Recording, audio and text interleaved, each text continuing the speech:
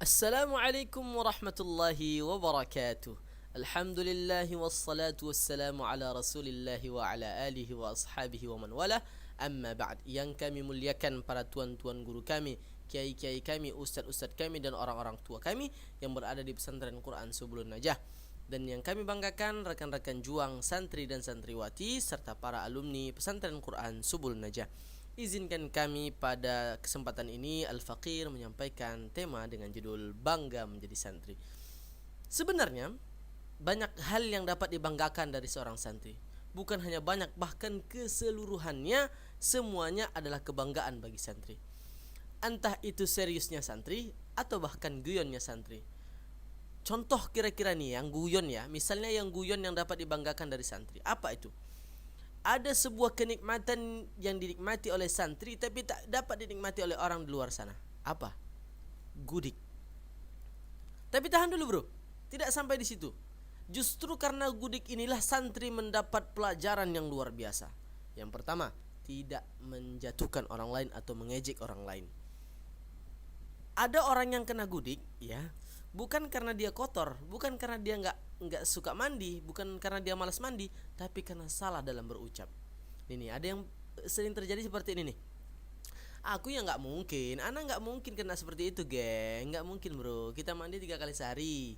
Minuman kita imukal. Sarapan kita ya santri pakai nasi goreng lah ya kan, nasi goreng cabe. Saya ada tambah pakai makaroni. Ya lebih kuat saya lah. Telur dadarnya campur lagi, beli lagi ya kan. Nah, tapi apa? Ya Allah, ternyata hanya karena perkataan seperti itu dia garuknya lebih dahsyat dari kawan-kawan yang lain. Na'udzubillah. Maka keluarlah perkataan la tahtaqir man dunaka falikulli syai'in maziyah. Jangan mencela orang lain karena orang lain juga punya kelebihan. Itu. Kemudian Allah berikan pelajaran sabar kepadanya hingga Allah menyempurnakan pahala dari kesabarannya. Innama yuwaffas sabiruna ajrahum bighairi hisab. Masya Allah. Kemudian dari gudik Allah kemudian berikan kepada mereka pelajaran untuk tidak lupa akan nikmat. Kenapa begitu? Karena banyak ketika santri sudah keenakan garuk itu gudik, kenikmatan luar biasa, lupa. Saking nikmatnya garuk terus melayang ke awang-awang. Ya Allah, ternyata tinggallah luka. Pedih, berjalan pun mengangkang. La ilaha illallah. Begitulah yang terjadi kepada kita ketika selesai diberikan tanggung jawab. Bebas, Allah berikan kelapangan, tapi ya Allah, mudah-mudahan kita tidak semuanya orang seperti itu. Mudah-mudahan kita semua terbebas dari orang yang lalai terhadap waktu. Orang-orang yang mampu memanfaatkan waktu. Masya Allah. Banyak hal, itu baru yang guyonan saja, belum yang seriusan. Santri itu seriusnya apa? Yang dapat dibanggakan, sanad keilmuan misalnya. Begitu banyak orang di luar sana yang akhirnya mencari daurah-daurah untuk mendapatkan sanad keilmuan. Tidak hanya itu, para santri di pondok-pondok setiap hari dapat cucuran rahmat, setiap hari dalam naungan para malaikat, setiap hari disebut di majelisnya para malaikat, setiap hari dapat ketenangan, dapat sakinah. Hingga saking sakinahnya Kiai Ustadz Wahunu Supriyadi atau Ustadz Fari Nu'man dan guru-guru kita yang lain ketika berada di majelis, kita pun tertidur. Ya Allah, saking nikmatnya sakinah yang diberikan oleh kepada santri ini. Masya Allah. Belum lagi tawaduk, belum lagi wara', belum lagi merasa cukup, qanaah yang diberikan. Masya Allah, banyak pelajaran yang dapat diambil sebagai kebanggaan bagi santri. Tidak hanya itu, Indonesia, ya, pada dasarnya Indonesia lahir dan merdeka berkat campur tangan dan usaha daripada ulama dan santri. Ini perlu kita camkan. NKRI itu berdiri tidak dari tangan orang-orang lain. Kita juga santri dan para ulama. Masya Allah, pemikir-pemikir perjuangan di Indonesia. Masya Allah. Bahkan perlu kita banggakan, di Indonesia banyak santri, alumni-alumni santri yang telah mendapatkan porsi tersendiri di dalam pemerintahan. Nah, jangan malu menjadi santri.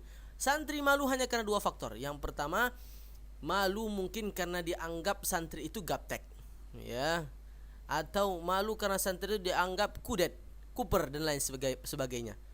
Atau yang kedua, santri malu ketika mengakui dirinya santri karena akhlaknya belum sesuai santri. Masya Allah. Kalau alasannya yang pertama hanya karena takut dibilang gaptek, ketinggalan zaman, salah. Sebelum aja contohnya, sekarang sudah ada pelatihan budidaya ikan misalnya. Ini modern bos, masya Allah, bukan ketinggalan ya. Nah, teman-teman yang lain sudah punya banyak model-model kreativitas di Instagramnya dan segala macamnya, masya Allah luar biasa ya. Nah, tidak ketinggalan zaman, hadirin Allah Subhanahu Wa Taala. Tapi kalau yang kedua, santri malu karena akhlaknya tidak sesuai santri, maka sama-sama kita istighfar, karena memang menjadi tanggung jawab kita ketika keluar daripada pondok. Santri memiliki tempat tersendiri di umat dan masyarakat, dan memiliki tempat khusus pula bagi Allah Subhanahu Wa Taala di surganya nanti. Memiliki tempat di masyarakat dan mendapatkan surga di akhirat. Nah, inilah yang menjadi poin penting kita. Jangan malu menjadi santri, karena santri adalah salah satu pelopor bangkitnya Indonesia. Masya Allah. Dan yang terbaik adalah, dan yang paling penting, sebagaimana kiai-kiai kita sering sampaikan, untuk perbaiki niat kita lillahi ta'ala insyaAllah. Karena kalau sudah lillahi ta'ala, kawan sudah jauh, kita tidak malu. Kawan sudah mau selesai, kita masih di bawah karena niatnya lillahi ta'ala, bukan karena dunia, maka ya anteng-anteng aja, hanya sebagai cambuk motivasi saja, tidak sampai menjatuhkan mental. Udahlah aku gak sanggup, gak cocok. Tidak. Maka lillahi ta'ala, niat santri yang lillahi ta'ala menjadikan ia bangga ketika keluar daripada santrinya menjadi ulama insyaallah.